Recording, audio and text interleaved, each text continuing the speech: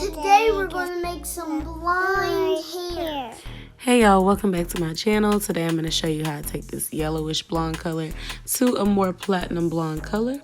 So first things first, I'm starting off with a bowl of warm water and I'm adding in some platinum. I can't think of the name. I'll tag it in the description box. But it is some Paul Mitchell purple shampoo basically. You can use any purple shampoo you want, but just squirt enough in there until the water turns purple. And then you're just gonna let it sit no more than 2 minutes at a time. So I did this process twice because the first time it still had a little too much yellow. So just do it, watch it. Don't let it sit too long. Too long, you'll end up with purple hair. So right here, I'm showing you what it looked like after the first time I did it, rinsed it out. And then right here, I'm coming in and doing it one more time. I let this one sit for another, I think a minute, 1 to 2 minutes.